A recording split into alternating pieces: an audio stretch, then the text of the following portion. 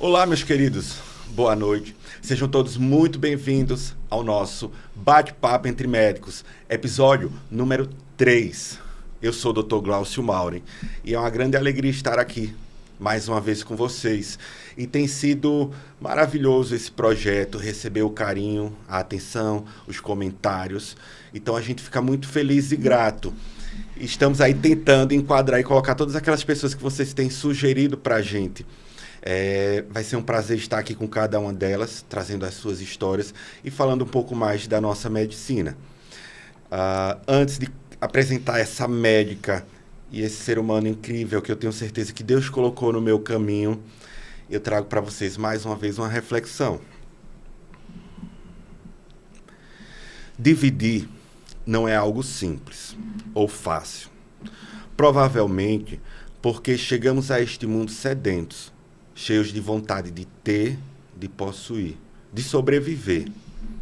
Vamos crescendo e, aos poucos, aprendendo sobre a beleza que há no outro, como também esta necessidade de socialização, de encontro e de contato com o próximo. Na construção da nossa história, vamos assim criando laços, no seio familiar, na escola, no trabalho, em nossos círculos de amizade. Dividir estas experiências, dividir aquilo que somos, não nos diminui, porque não é a lógica desta matemática. Do contrário, esta é uma divisão que soma e multiplica quem somos. Como é triste ver alguém que possui muitas coisas, dinheiro, fama, sucesso, reconhecimento, mas está sozinho, não tem com quem dividir. Dividir exige confiança, renúncia, entrega, paciência, cuidado, perseverança, decisão. Por isso, é preciso muita maturidade, amor e coragem para dizer a quem está do seu lado: e então, vamos dividir as nossas vidas? E é assim que nós começamos o nosso bate-papo de hoje, com essa maranhense, essa pequena que saiu de Imperatriz, foi para a capital, para Fortaleza, para São Paulo, até abraçar Maceió como seu lar. Com vocês, a doutora Juliana Lacerda Cavalcante Jerônimo, minha digníssima esposa. Seja bem-vinda. Obrigada, Glaucio. Obrigada pelo convite e estou feliz em poder participar deste momento contigo, partilhar desse sonho teu, né? Eu me sinto muito feliz, na verdade, ao seu lado. E agradeço todo o apoio de sempre, né, por incentivar as minhas loucuras e nos incentivar diariamente. Na semana passada, a gente esteve aqui com o professor Léo e ele falou muito para nós sobre família, sobre os nossos pais. E esse é um tema que mexe muito comigo. Então, eu passei a semana ruminando e pensando sobre aquilo que a gente tinha falado. E aí foi quando eu pensei que nada melhor do que trazer você, médica, esposa, mãe, companheira, para partilhar também um pouquinho da sua trajetória nesse nosso projeto que tem essa finalidade de ser um bate-papo entre médicos e que traga histórias reais, da vida real e do nosso cotidiano, do nosso ordinário que é tão importante. Então, vamos começar falando um pouquinho sobre a família. Você nasceu em... Eu nasci em 1987, em Imperatriz, no Maranhão. Imperatriz, que é no sul do Maranhão. Imperatriz é a segunda maior cidade do Maranhão, mas meus pais estavam em Imperatriz a trabalho, né? Eles são bancários aposentados da Caixa, né? Bancários já aposentados, como eu falei. E, na época, eles tinham se mudado para lá para trabalho. Do banco, né? Uma demanda de trabalho. E nasceu eu e nasceu também meu irmão, André, em Imperatriz. A Arthur e Luciana, que são meus outros irmãos, nasceram em São Luís. Ou seja, vocês são 4 irmãos. Somos o mais 4 velho irmãos. Havia nascido na capital. Foi quando seus pais se mudaram para Imperatriz. E aí nasceu seu segundo irmão, André, você. Eu. E vocês retornaram para São Luís. E Luciana nasceu lá. Okay. E, assim, minha família, realmente, minha família primeira, né? Porque agora eu também tenho a minha família. O que é muito bom. Mas minha família primeira, onde eu nasci, né? O meu lar onde eu nasci, foi quem, com certeza, me incentivou nessa minha trajetória, né? Nessa minha decisão pela medicina, né? Porque você já havia médicos na família? Já, meu irmão, que é André, que já estava no curso de medicina. Mas antes disso eu já tinha, assim, inspirações, não dentro da medicina em si, porque eu não tinha médico na família. Entendi. Mas eu Entre tinha seus uma... pais, tios, eu tinha um conhecido, na verdade, que nem era médico, era minha dentista, Sim. minha odontopediatra, que me inspirou, acho que no estilo de vida, assim, ela era muito dedicada ao trabalho, era muito devotada mesmo, muito querida, todo mundo amava ela, assim, porque ela tinha muito jeito com criança. E também ela tinha uma vida normal, eu digo, normal, assim, social. Ela ia muito para os congressos, viajava com o esposo, tinha os filhos, né, cuidava dos filhos. Os filhos dela já eram adolescentes na época. Ou seja, era um estilo de vida que lhe parecia agradável, agradável. Legal. Eu também achava legal. Maravilha. Também acho que, assim, por trás era um desejo do meu pai, não vou dizer que não era, mas meu pai se realizou muito comigo e com meu irmão, assim, na medicina. É porque, na verdade, a medicina ela também traz essa nobreza, né?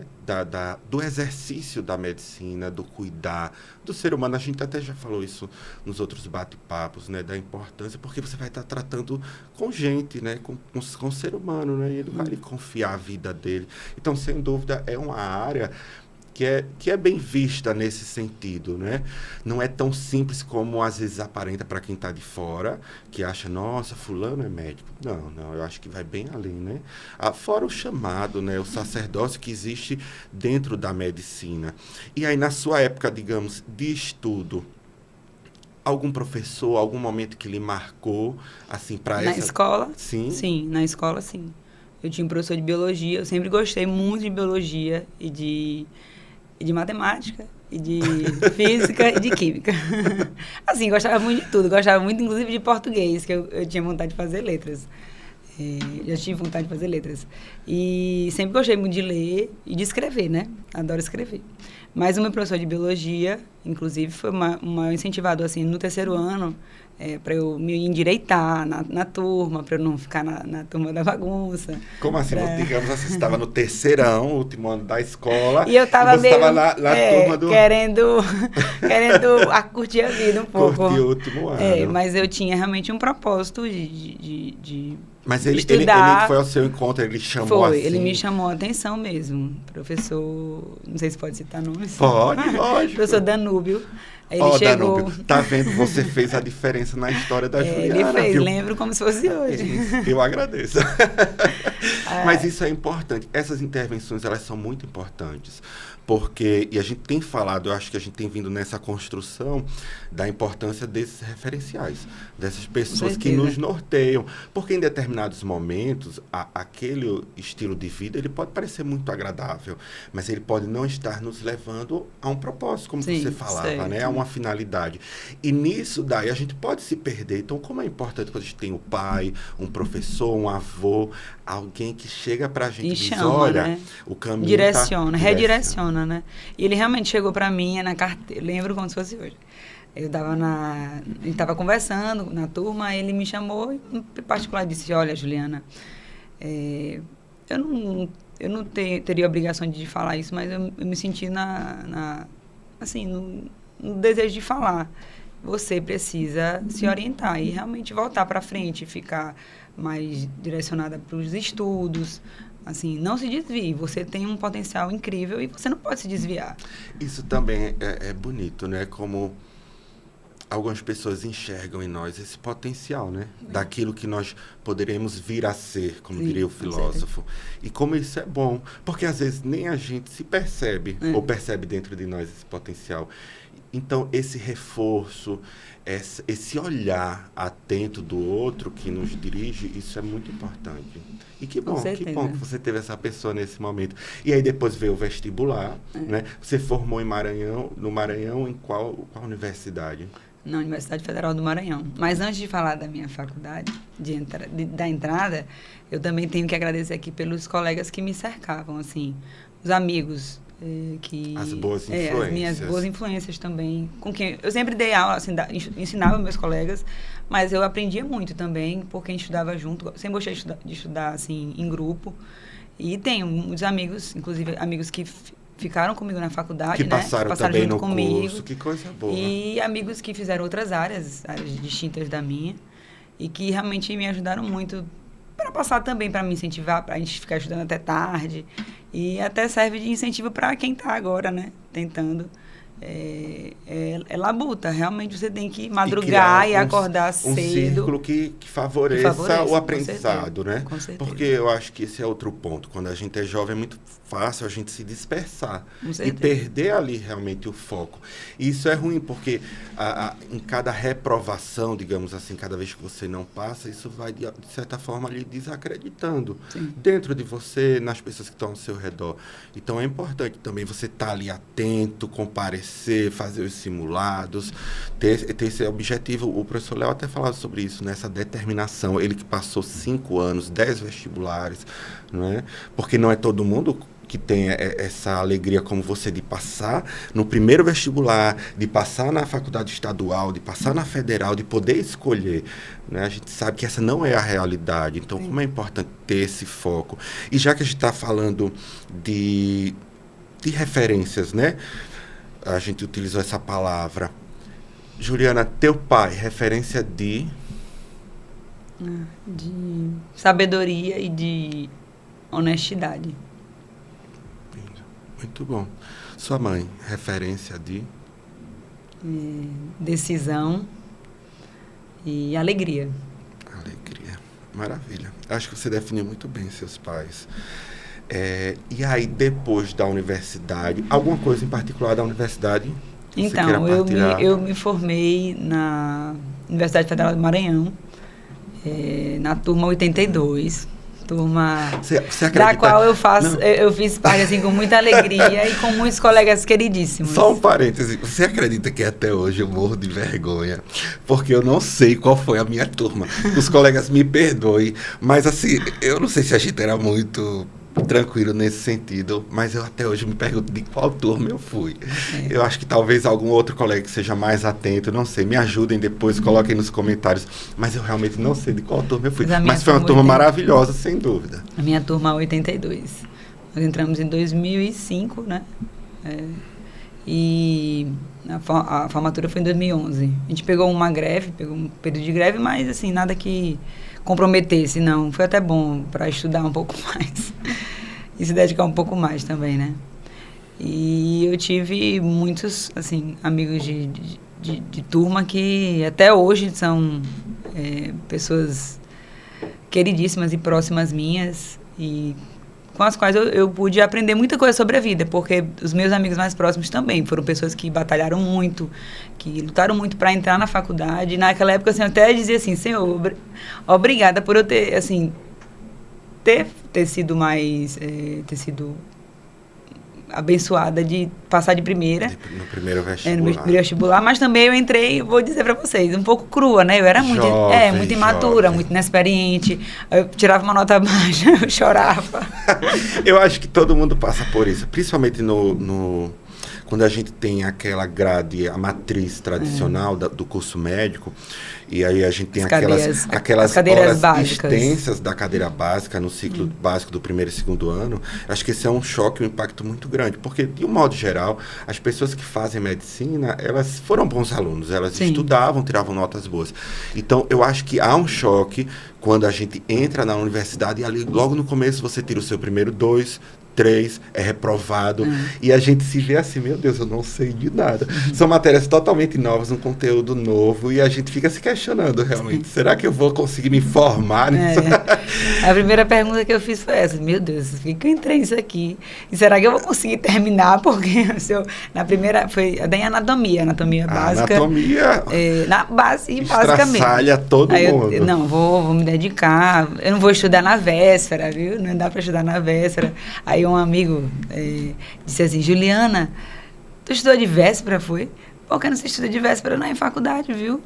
Se estuda algumas semanas antes. Eu disse, Senhor, obrigada por ter alguém que me oriente aqui, porque não é fácil. Que bom. Algum professor da universidade que tenha marcado? Assim, sim, eu tive um professor muito especial que não está mais entre a gente, Dr. Wellington, infectologista. Infectologista. Muito querido, assim, acho que por todas as turmas que passaram por ele, tiveram a felicidade de passar por ele. Também uma pessoa leve, de coração gigante, sensacional, assim, no jeito de lidar com os alunos, muito dinâmico, excelente professor mesmo. E que também vivia tinha uma vida social. Tinha uma vida normal, assim, né? Entendi. Tinha filhos, esposa, curtia muito a família. Ele tinha uma referência de família muito, muito legal também. E foi uma pessoa que me marcou muito. E marcou a gente muito também porque nós perdemos ele no meio do curso, né? Você acredita, a gente vai chegar nesse ponto, né? Você inicialmente, a sua primeira especialidade foi a infectologia, não é? Você acredita que foi um pouco pela influência dele? Sim, na com sua certeza. trajetória durante com o certeza. curso? Eu não falei antes, mas algo que me levou também a escolher a medicina foi o fato de que talvez eu pudesse mudar um pouco a trajetória das pessoas que me cercavam. Acho que a nossa área de atuação, assim, né, o curso de medicina em si, né, você consegue transformar a vida de pessoas. E eu sempre tive, assim, vontades, sonhos muito, muito insanos, né, que é acabar com a fome, diminuir o sofrimento das pessoas, né. Mas isso, na verdade, não é ruim. Eu acredito que todos nós, assim, em algum momento, principalmente na juventude, o jovem, ele tem essa garra, essa coisa assim, eu vou mudar o mundo. E eu vejo que isso é bom, isso é a energia do jovem, né? Hoje, por exemplo, eu sempre agradeço aos alunos, os meninos da Liga que me chamam para a gente discutir algum tema ou participar das cirurgias, porque eles dão esse gás que com o tempo, com as responsabilidades, às vezes a gente vai perdendo, exatamente. Com certeza. Mas eu tinha sonhos maiores também, né, de revolucionar algumas coisas assim com as quais eu não concordo, de injustiça mesmo, sim, social. Sim. E eu achava que a infectologia seria uma maneira de eu alcançar esses objetivos, né? A infectologia você iniciou já em Fortaleza, né? Você saiu do Maranhão. Foi a e eu fui monitora de parasitologia, adorava essas coisas dos bichinhos e dos parasitas, sempre curti muito. E a gente dava aula, né, com o Dr. Aimoré. Pronto, uma referência também nossa lá, o Dr. Aimoré, que era também da área, e nosso chefe da Parasito, que inspirou muito, assim, uma pessoa devotada à família e que amava também o que fazia. Então, as pessoas realmente que marcaram, se eu for citar aqui, eu vou passar tempo, que foram muitos chefes, assim, maravilhosos, né? Destes mestres na graduação. E aí, como foi chegar em Fortaleza, iniciar a infectologia? Porque havia um imaginário, né? Como você disse, esse sonho de mudar aquela realidade social, de ajudar, talvez na infectologia a gente lida com essas doenças infecciosas como HIV e tantas outras que acabam machucando e comprometendo o estado de saúde mesmo das pessoas. E como foi a realidade? Chegar lá, iniciar a residência? Então, quando eu fui prestar prova de residência, eu optei inicialmente por uma área da clínica médica, né? Então, eu optei por infectologia. Eu até fiz prova para clínica médica, eu passei em Brasília, mas eu passei em Fortaleza, que era o local assim, mais próximo da minha família também. Eu ainda estava, assim, né, na barra da saúde dos meus pais. Apesar de eu querer conhecer o mundo, tinha essa questão, assim, de ficar um pouco mais... ainda ficar um pouco mais segura, né? E eu tenho família em Fortaleza basicamente, na casa dos seus tios, com aquelas pessoas que também eram familiares me acolheram muito bem, por sinal. E assim, eu comecei a Infecto lá, e na Infecto a gente acaba rodando por várias especialidades. Não só na infectologia geral, você roda na infectologia geral, na infectologia pediátrica, na neurologia, na clínica médica, na UTI. Então, assim, eu rodaria por várias áreas, e eu estava, infelizmente, eu ainda estava assim, um pouco indecisa em relação a infecto, porque eu também gostava de neuro e gostava de pediatria. Porque durante a graduação, eu fui participei de liga acadêmica relacionada à pediatria, de amamentação. Eu era apaixonada por amamentação. Até hoje sou. Voltando, inclusive, você participou, você falava de um projeto de amamentação. Pronto, eu participei da Liga de Amamentação. Vamos voltar, rebobina e fala um pouquinho desse projeto. Pronto, esse projeto foi entre a gente, as alunas, e a doutora Feliciana, que ainda é, né, a principal mentora do Banco de Leite Humano do Hospital Universitário de lá, de São Luís. E até hoje, assim, é uma pessoa, assim, nossa, maravilhosa. Ela fez em Ribeirão. Doutora Feliciana é uma referência de aleitamento, com certeza. E foi com quem, assim, eu realmente nutria muito sentimento pela pediatria, mas eu não tinha coragem, acho que talvez já assumi. E como foi? Como era o projeto, basicamente? A gente tanto atendia as crianças que eram atendidas, porque no Banco de Leite tinha o atendimento para as puérperas, né, para as mães que são lactantes, que estão amamentando, e tinha uma parte que era uma pediatra com quem a gente acompanhava, com quem a gente ficava e aprendia também atendimento dos bebês que eram atendidos lá, que seguiam lá. Era um segmento praticamente de 6 meses a 1 ano, né? Dependia da necessidade. E lá também a gente assistia às puérperas. Mas foi nesse projeto que você saiu viajando e indo aos interiores? Não. Na graduação também eu participei de projeto de estudo da saúde do Estado do Maranhão, no caso, né? Para a gente fazer tanto questionários, aplicar questionários que norteassem sobre a situação de saúde do estado todo. É um projeto a gente grande. Foi em vários interiores, né? Tanto no sul, no centro, né? do estado.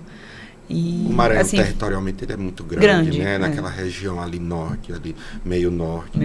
E como é bom. Eu acho que isso também é outro ponto importante. Na graduação, muitos projetos nos incentivam a sair de dentro da universidade para as comunidades. E ver a realidade, na verdade, dessas comunidades, né? Que não é tão simples. Mas que bacana. Ou seja, ali as coisas estavam meio que divididas. Então, vamos continuar, avançar. Eu ainda participei de outro projeto. Sim, pode falar. A gente tinha um projeto de dermatologia, doutor Ivan, inclusive.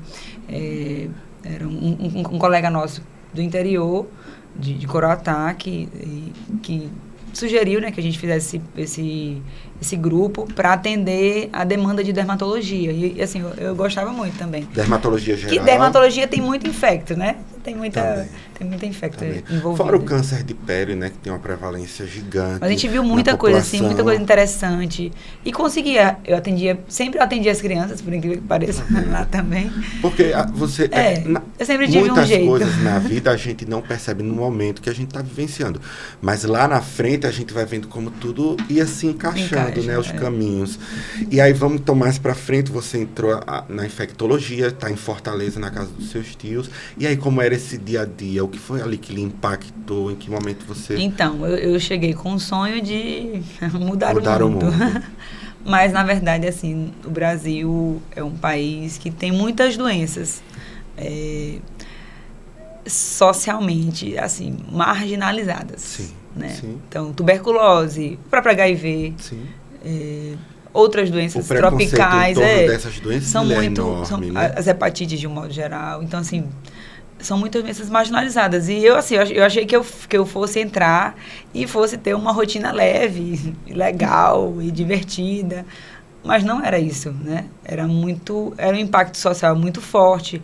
Eram jovens, por exemplo, meninas de 18 anos que contraíram HIV sei lá, com o amante. Assim, eram coisas assim, se eu for contar a história aqui, são muitas histórias complexas, né? Sim. Meninas jovens que entravam em surto psiquiátrico, ou um rapaz jovem que entrava em surto psiquiátrico porque sabia que tinha contraído, assim, por um relacionamento mesmo de anos de contato com a pessoa. Então, assim, era muito forte. Eu acho que isso foi me deteriorando por dentro, porque eu queria ter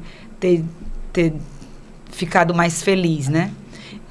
Aí eu comecei a notar que eu estava muito sentida, assim, que com os casos que eu via, tinha muita coisa, não só grave, né, mas muita coisa triste por trás da história de cada paciente.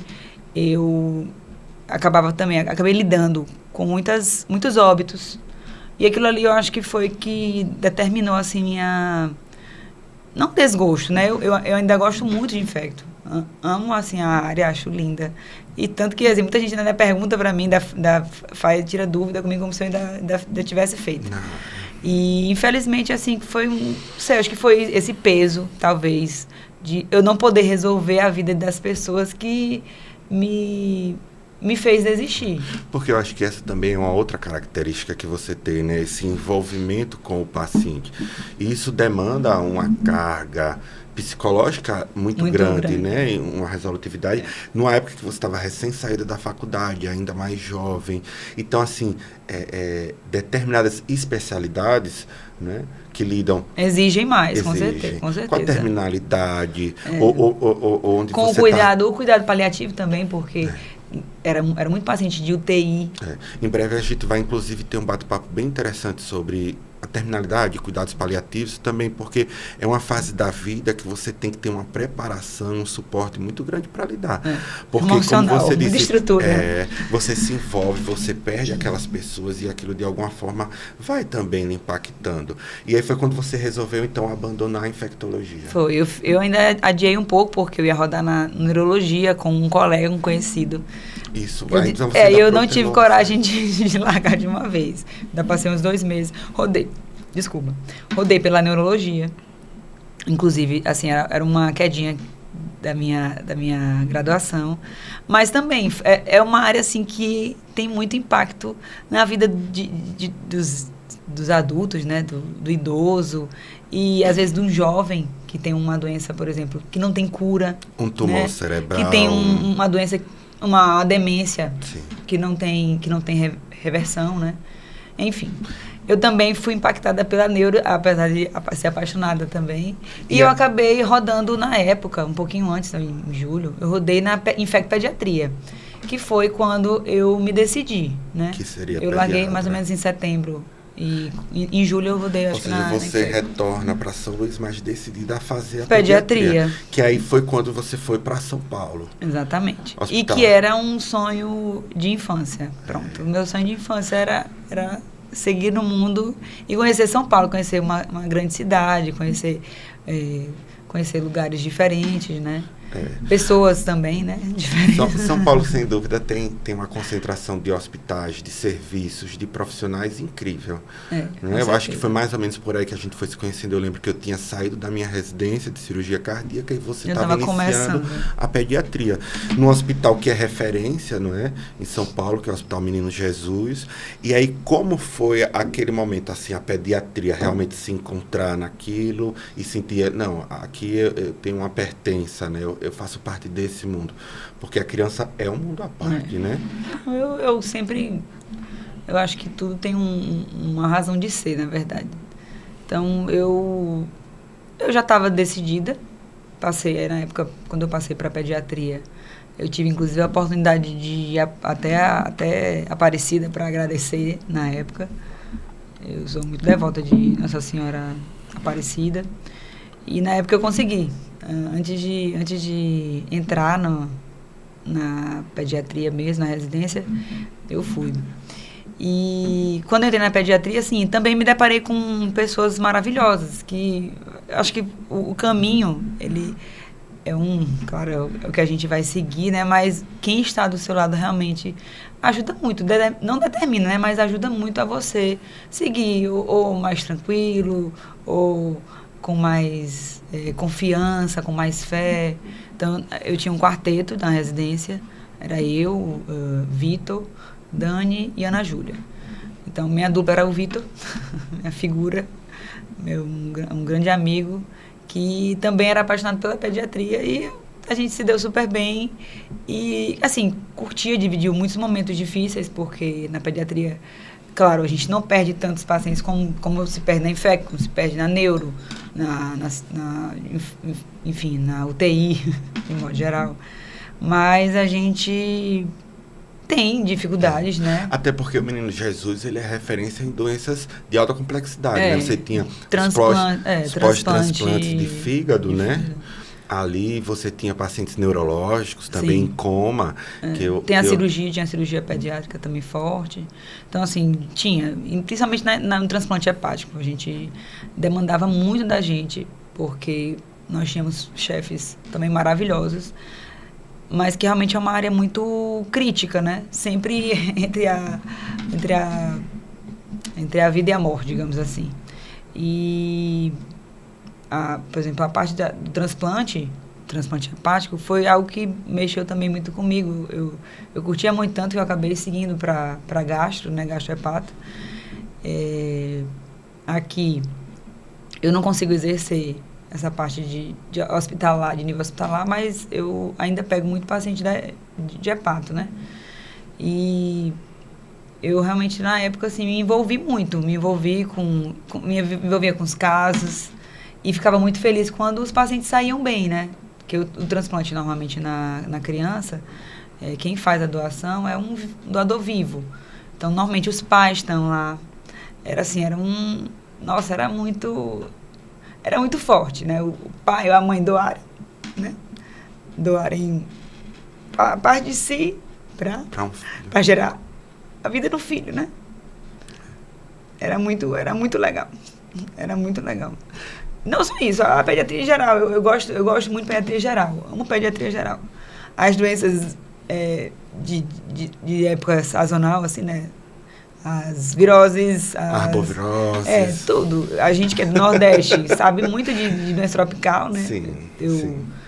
Como eu tive também esse pé na infecto, eu acabei me envolvendo muito porque a pediatria, boa parte, ela tem doença infecto-contagiosa, né?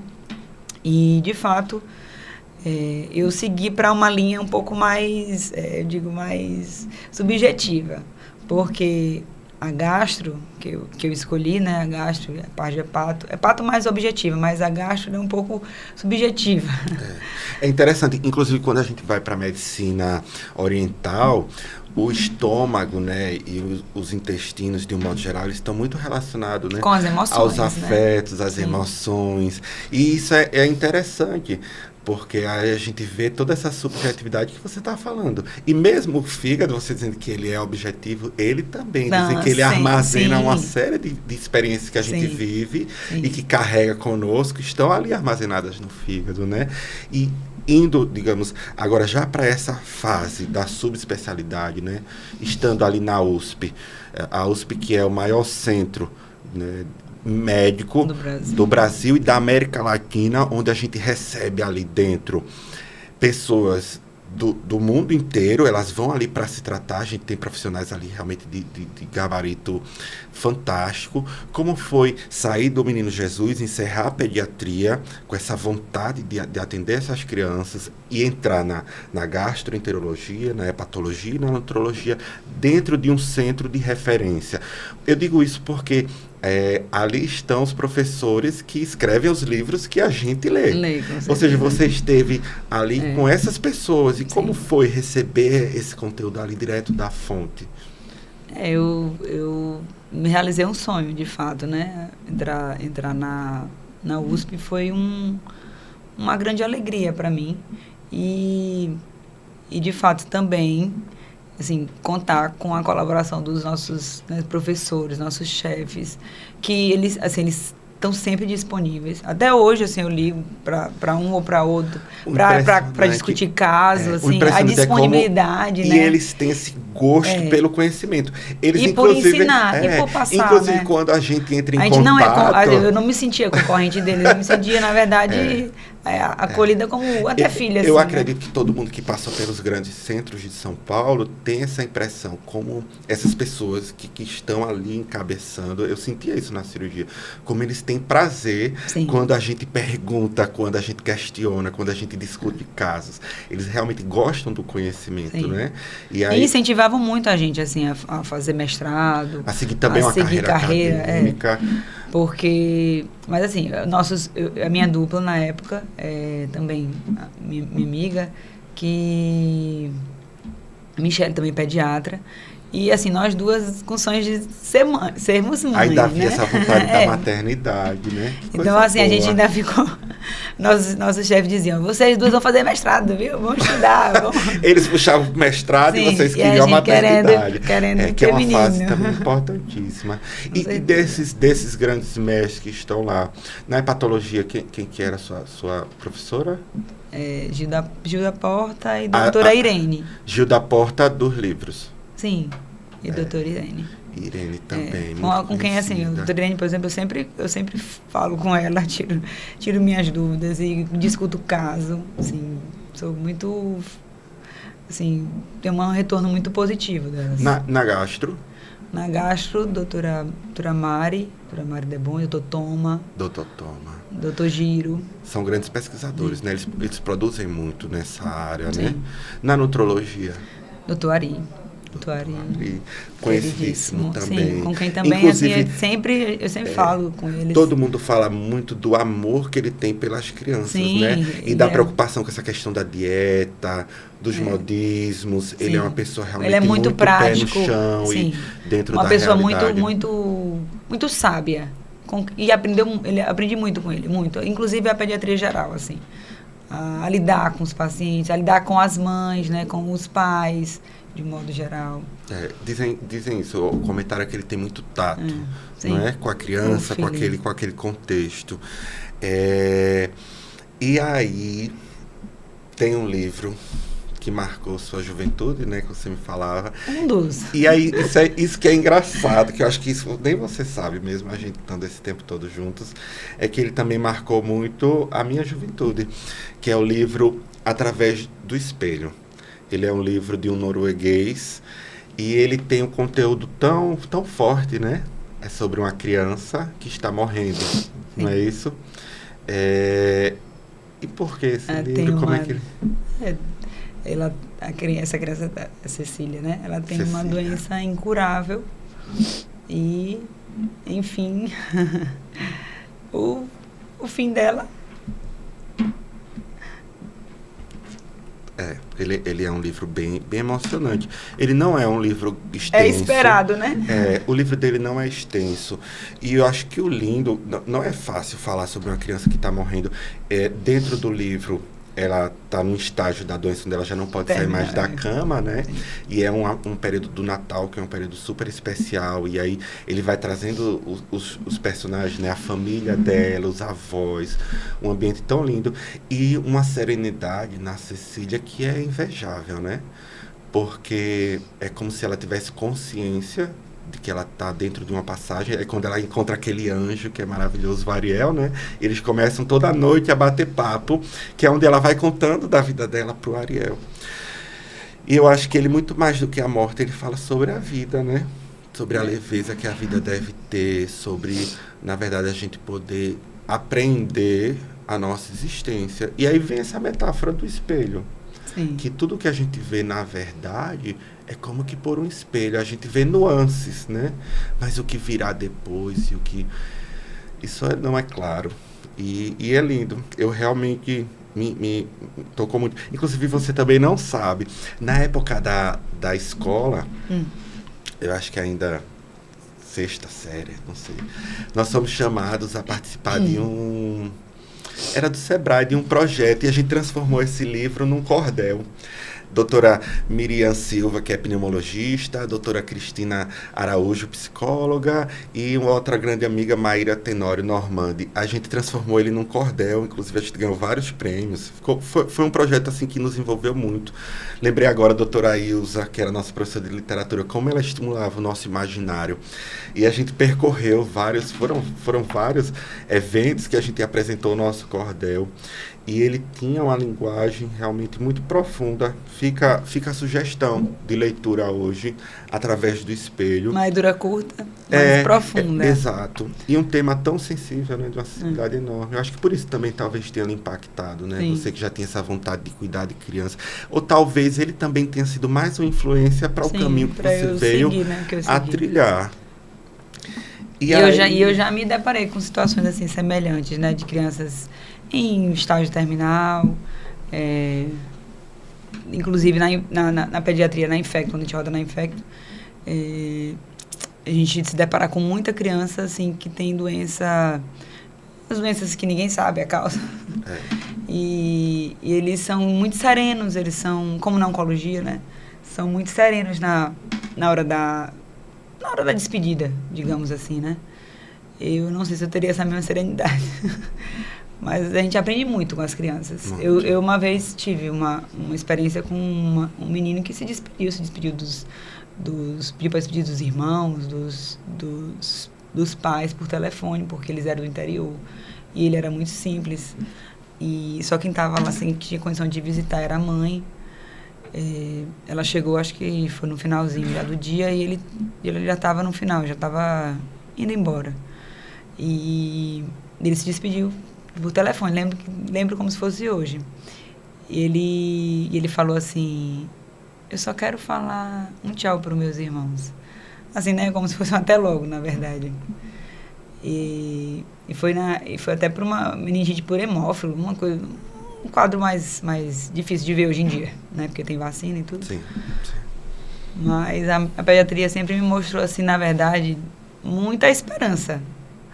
O contrário que eu estou contando para vocês aqui, né? Porque foi aonde eu voltei a sorrir. Eu lembro quando eu rodei na Infecto Pediatria, naquela época em que eu estava rodando na Infecto, eu voltei a me alegrar. Eu voltei a me alegrar, mas até chorando. Eu voltei a me alegrar. E uma professora disse, na época, uma das chefes da Infecto Pediatria lá em Fortaleza, disse assim: Juliana, você não está no lugar certo. Agora sim, você não devia estar nessa parte de adulto. Você tem muito jeito com criança. Você devia estar fazendo pediatria. Mais uma vez, alguém no seu caminho que me direcionou, assim, né? Me abriu os olhos. Até hoje eu me lembro das meninas que rodavam comigo e diziam: Juliana, tu vai mudar. Tu vai mudar. Eu disse: olha, vocês larguem de fazer influência aqui. Senão eu tô frita. Mas no fundo você gostava, sim, né? Era uma área que lhe trazia. Isso é importante também, ter essa felicidade dentro de nós. Porque a felicidade não é necessariamente no sucesso. O sucesso, eu digo assim, na cura daquele paciente. Sim. Mas naquela compreensão que você falava antes, de você entender que você participou e que você contribuiu. Né? Que você foi uma pessoa que ali você levou um pouco de conforto, amenizou aquele sofrimento, não é verdade? E tudo na vida, eu acredito firmemente que tem um propósito e tem um momento, inclusive que o livro fala disso também, né? A gente não compreende, mas é uma história que está sendo costurada e construída, e que lá na frente, quando a gente olha retrospectivamente, o que é muito mais fácil é que a gente vai percebendo as razões. Porque nós nos conhecemos no ano em que os meus planos já tinham sido todos traçados. Um ano anterior, na verdade, vários anos antes. Eu estava preparado para ir para os Estados Unidos, fazer um fellow em cirurgia cardíaca, me especializar. Eu sempre gostei dessa área das novas tecnologias, que hoje está tão em alta, mas naquela época a gente só ouvia falar, ainda não existia no Brasil, estava começando. E foi quando meu pai adoeceu. E eu não me arrependo de ter aberto mão daquele plano por cuidar dele, por estar assistindo ele na doença. Levei ele para São Paulo para a gente fazer o diagnóstico do que ele tinha, porque mesmo o médico, ele se ocupava muito do trabalho, aqui as coisas não estavam caminhando como a gente esperava, e foi nesse contexto que nós nos conhecemos. E aí você vê, né, como tudo tem um porquê. Então, assim, às vezes a gente está no momento e não entende o porquê do sim ou do não dentro da nossa história, mas tudo tem um porquê. E por isso que a gente tem que ir colocando diante de Deus, né, a nossa trajetória, para que Ele vá nos dando esse discernimento e essa sabedoria para lá na frente compreender o caminho que a gente está percorrendo. Com certeza. Então foi maravilhoso, assim, nós nos conhecemos em meio àquilo, e era engraçado, porque eu lembro como hoje. Tinha dias, por exemplo, que meu pai estava conosco em São Paulo, ele passava temporadas lá, e tinha dias que ele não dava uma palavra. E quando você chegava, ele dava um sorriso, ele dizia: olá, querida. Eu disse: olha, ele não falou nada hoje o dia todo. Aí ela chega, mas porque talvez tivesse, né, essa afinidade, esse olhar carinhoso, talvez ele já prevesse isso, essa história que a gente estaria construindo até hoje, né? Tivemos nossa primeira filha em São Paulo, Marina. Graças a Deus tivemos uma rede de apoio muito boa, né? De amigos, de pessoas que se cercaram ali. E foi quando a gente resolveu voltar para Maceió para aumentar essa família, para ter outros filhos. E aí foi quando você passou no concurso. Não foi aqui em Maceió, do Hospital da Mulher, eu acho que ia ser inaugurado, não foi? E aí, como foi isso? Porque você estava me dizendo que você esteve no primeiro e no 100º parto daquele hospital, né? Ah, sim. Eu iniciei em, acho que 6 de outubro de 2019 aqui, né? Então, quando a gente decidiu, na verdade, vir para cá, foi uma decisão... Não unilateral, né? Mas a gente conversou sobre isso e viu que talvez fosse a melhor opção voltar para o Nordeste, né? Então, nós tivemos a nossa primeira filha em São Paulo, como o Glaucio falou. E quando Marina nasceu, realmente, assim, apesar da nossas mães terem se deslocado, meu pai se deslocou com minha mãe, Dona Cícera para lá, com a Larissa. Nossos irmãos nos visitaram e tudo, aquele apoio todo. Mas realmente ficar longe de casa, assim, de algum familiar é difícil. Morar fora com criança é difícil. Mas nós tivemos realmente muito apoio, assim, de amigos, comadres e tudo. Mas realmente São Paulo é uma cidade, como eu falei, né? Cosmopolita. A agitação pura e muito intensa. A gente trabalhava muito também. A gente trabalhava muito à noite, né? E isso talvez comprometesse, né, o desenvolvimento de Marina. E tanto que ela gosta muito, né, de viajar, A quem será que essa menina puxou? Né? Pois é. E acabou que a gente veio para cá. Na época eu fiz um processo, né, seletivo e vim para o Hospital da Mulher. Numa área, assim, de atuação que eu não fazia há muitos anos, que era a sala de parto, mas que também me envolve muito. Eu amo, realmente me atrai mais uma muito. Novidade aí no caminho. Tem muitas assim, colegas de profissão que são apaixonadas e com quem eu aprendo muito diariamente. As meninas daqui de Maceió, então, Alagoas, Maceió, de modo geral, me recebeu de braços abertos, assim, me senti muito acolhida aqui. Até hoje, assim, sou bem tranquilo também. Talvez ainda não tenha investido tanto na questão do consultório, né, como até tu falas. Mas, assim, o que a gente pode fazer, a gente faz. Porque eu, apesar de tudo, né, não sou só pediatra, né, sou gastro. Eu sou mãe, né, sou esposa, sou filha, ou seja, são multitarefas que você vai tentando equilibrar ao longo do seu dia. E que é difícil, né, realmente, você... trabalhar com tudo isso de uma forma totalmente equilibrada. Mas você não falou ainda como foi aquele momento ali, tá naquele novo hospital, uma equipe nova, o primeiro parto. Sim, foi emocionante, na verdade. Era um hospital de baixa complexidade, o Hospital da Mulher é uma maternidade de baixa complexidade, né? Mas o primeiro parto foi um pélvico, um bebê que estava sentado, que nasceu por via, um parto normal. Foi muita emoção para mim. Eu imagino. Mas estávamos bem assistidos, graças a Deus. E a Carolzinha estava comigo no dia, né? Graças a Deus deu tudo certo. E, assim, ao longo desses últimos anos, né, em que eu trabalhei também, né, nessa assistência hospitalar, né, a gente acabou lidando com a questão do Covid. Então, a Covid veio realmente com um impacto, enfim, um pouco difícil nas nossas vidas, assim, na nossa nem tanto, né, porque nós tivemos 2 filhos durante a pandemia. Não, inclusive Gustavo no momento do crucial, auge ali, da pandemia. Eu estava grávida, né? eu estive grávida descobri que eu estava grávida em dezembro, né, janeiro. Assim, logo em seguida a pandemia se instalou, assim, se espalhou. Chegou rapidamente aqui no Brasil. E a gente vê essa diferença neles dois, né? A Marina e Gustavo, eles têm temperamentos distintos, né? O Gustavo como a gente fala, é um filho da pandemia, né? Aquele menino mais recluso, não teve tanto contato, não saiu muito. Inicialmente a gente estava mais separado, sim, né? Mais afastado, né? Pela questão mesmo de cuidados de saúde, que a gente já não... Fique em casa, né? Essa era a mensagem diária. Não dá para se arriscar, assim, à toa. eu até fui afastada, né? Um período já um pouco mais, com quase 6 meses da gestação. Eu dei uma empurrada, assim, para eu não sair logo, porque realmente eu gostaria de ter servido mais, de ter me doado mais, mas eu não tinha, na época, condição, porque muitas gestantes acabaram morrendo, né? Acabaram tendo término não muito legal com a pandemia e com a doença, que era até então, né, desconhecida. E hoje, assim, eu rendo graças a Deus, porque ele também me livrou, né? Porque Glaucio servia, ia para UTI do Covid, do HU, né? Daqui teve Covid algumas vezes. Teve Covid algumas vezes e eu nunca peguei, assim, realmente Deus me guardou, me guardou. Tanto que no dia em que ele disse que ia começar no HU, né, na UTI, ele disse, Juliana, não, a gente vai começar e vai dormir em quarto separado. Eu disse, não, eu sou também médica, eu vou ter contato também com o paciente. A gente está na obstetrícia, né, na maternidade, tem contato direto com o pessoal. Vou fazer isso. Naquele momento tudo era muito novo, né? A gente estava incerto, muito assustado e com medo, né? Pessoas morrendo e cada vez morrendo mais pessoas, né? Lá no HU e naquela época eu tentava trazer o mínimo possível muitas gestantes, né? Que perderam as suas vidas, perderam os bebês, a gente também. Com a gravidez em casa em curso. É muita história isso aí. Mas foi bom, graças a Deus passou. Né? E Gustavo nasceu saudável, graças a Deus. Vieram as vacinas, a imunidade contra a doença, e as coisas foram se acertando e se ajeitando novamente.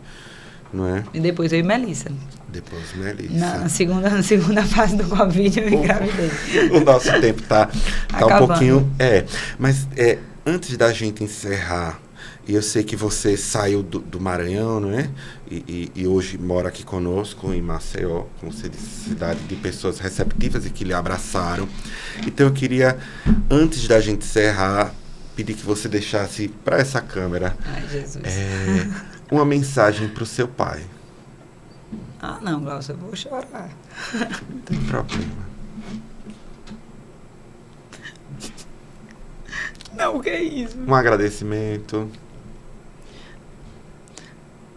Não, só agradecer. Agradecer pela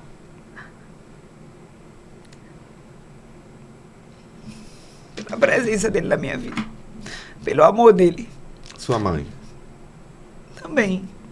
Pelo amor dela, pelo jeito dela de cativar as pessoas.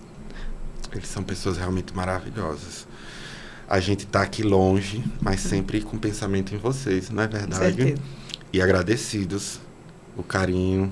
Eu agradeço enormemente, principalmente, né, por terem educado e formado essa médica fantástica, esse ser humano incrível, né? Porque eu acho que hoje talvez ela seja essa médica incrível, tão dedicada, né, aos pacientes, porque vocês educaram e formaram um ser humano cristão. Gostaria de ser mais dedicado, com né? bons valores, uma ética incrível e que cuida bem, né, dos seus pacientes. Eu confesso que foi desafiador esse bate-papo, porque é difícil conversar com alguém que é próximo, né, que é querido, e que a gente está aqui conversando e ao mesmo tempo lembrando de tantas coisas, né?